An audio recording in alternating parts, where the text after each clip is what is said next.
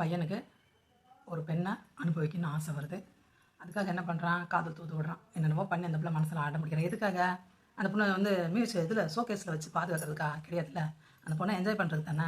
அதுக்கப்புறம் தன்னுடைய அடுத்த தலைமுறையை வளர்த்துக்கிறதுக்காக தானே. தன்னோட வாரிசு அந்த பொண்ணு வயிற்றில் சுமந்து சீல் குத்தி வரணும் இந்த பிள்ளை அப்படின்ட்டு. அப்படி தானே, அதுக்கு தானே அந்த வேலை பண்ணுறாங்க. ஒரு ஜெயகாந்தன் கதை, பழைய கதை ஒன்று படித்தேங்க. ஒரு ஒடுக்கப்பட்ட பையன், அவன் வாழ்ந்த கிராமத்தை விட்டு வந்திருப்பான் வெளியில். ஏதோ ஒரு சூழ்நிலையில் அதே ஊரில் வாழ்ந்த ஒரு பிராமண பொண்ணு வந்து விலை மாதுவாக இருப்பாங்க. அப்போ இவன் சந்திக்கிறான். அந்த அறைக்கு அந்த அம்மா வர்றாங்க. வரும்போது அவனோட அந்த சாதி மேலே உள்ள கோவத்தெல்லாம் வந்து அந்த பெண் மேலே காட்டுவான்.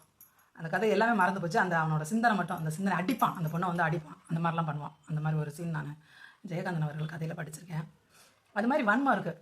ஒரு ஜாதியை நமக்கு பிடிக்கலன்னா அங்கே இருக்கிற பெண்ணை நம்ம ஏதாவது செய்யணும். காதல் பண்ணி கல்யாணம் பண்ணிக்கணும், இல்லாட்டி பாலியல் பலாத்காரம் பண்ணணும். ஏதோ ஒன்று செஞ்சு அந்த பெண்ணை வந்து அசிங்கப்படுத்தணும். அந்த தலைமுறையை குலைச்சி விட்டோம்னா அவங்கள வந்து பழி வாங்கணும் அர்த்தம். அது தலைவர்களே சொல்லி கொடுக்குறாங்கல்ல, நீ இந்த பொண்ணை நீ இந்த பொண்ணை செய்கிறது தான். அதுக்கு பேர் கல்யாணமா? செய்யின்றாச்சு. அப்புறம் என்ன, கல்யாணம் பண்ணால் தானே ஒத்துக்குருவாங்க. எல்லாத்தையும் வந்து தூக்கி உள்ளே போட்டுருவாங்கல்ல பலாத்கார கேஸில். தாலியை கட்டிட்டா ஒன்றும் செய்ய மாட்டாங்க. அதுக்கெல்லாம் நம்ம பொங்குறோம்.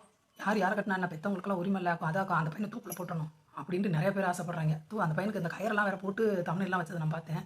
ஆனால் நிஜமாக எந்த விஷயம் தட்டி கேட்கணுன்னா, பெண்கள் மீதான பாலியல் பலாத்காரம், அவங்கள கொலை செய்யப்படுறாங்க. அதை பற்றி இந்த ஒரு நியூஸ் நடந்திருக்கு. அங்கே தாங்க ஒரு பொண்ணு ரிசப்ஷனாக வேலை பார்த்துருக்கு வடநாட்டில். அங்கிதா பண்டாரி, உத்தரகாண்ட் மாநிலம் பௌரி கர்வால் டோப் ஸ்ரீகோட்டை சேர்ந்தவர்.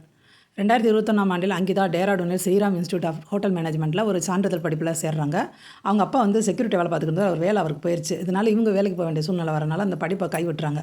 அப்புறம் ஃப்ரெண்டுகிட்ட சொல்லி வைக்கிறாங்க. ரிஷிகேஷில் உள்ள வனத்ரா ரிசார்ட்டில் லாக்டவுனுக்கு அப்புறம் இவங்களுக்கு வேலை கிடைக்குது. ஆகஸ்ட் 28, 2022 ரிசப்ஷனிஸ்ட் வேலை கிடைக்குது. சரின்னு போய் சேர்றாங்க. சம்பளம் எவ்வளோன்னு பார்த்தீங்கன்னா 10,000 தான்.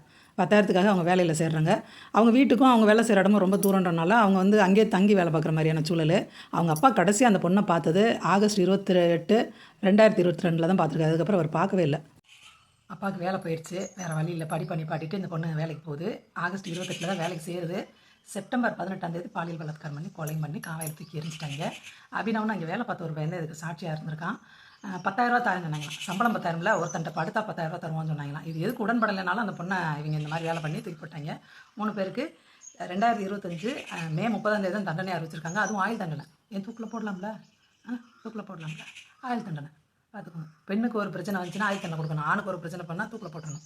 ரிஷிகேஷ் அப்படின்றது இந்துக்களின் புனிதத்தலம் சொல்கிறாங்க. நம்ம தெற்க இருக்கிறவங்களாம் அவ்வளோ சுலபமாக போக முடியறதே கிடையாது. வசதி வாய்ப்பு இருக்கிறவங்க தான் போகிறாங்க.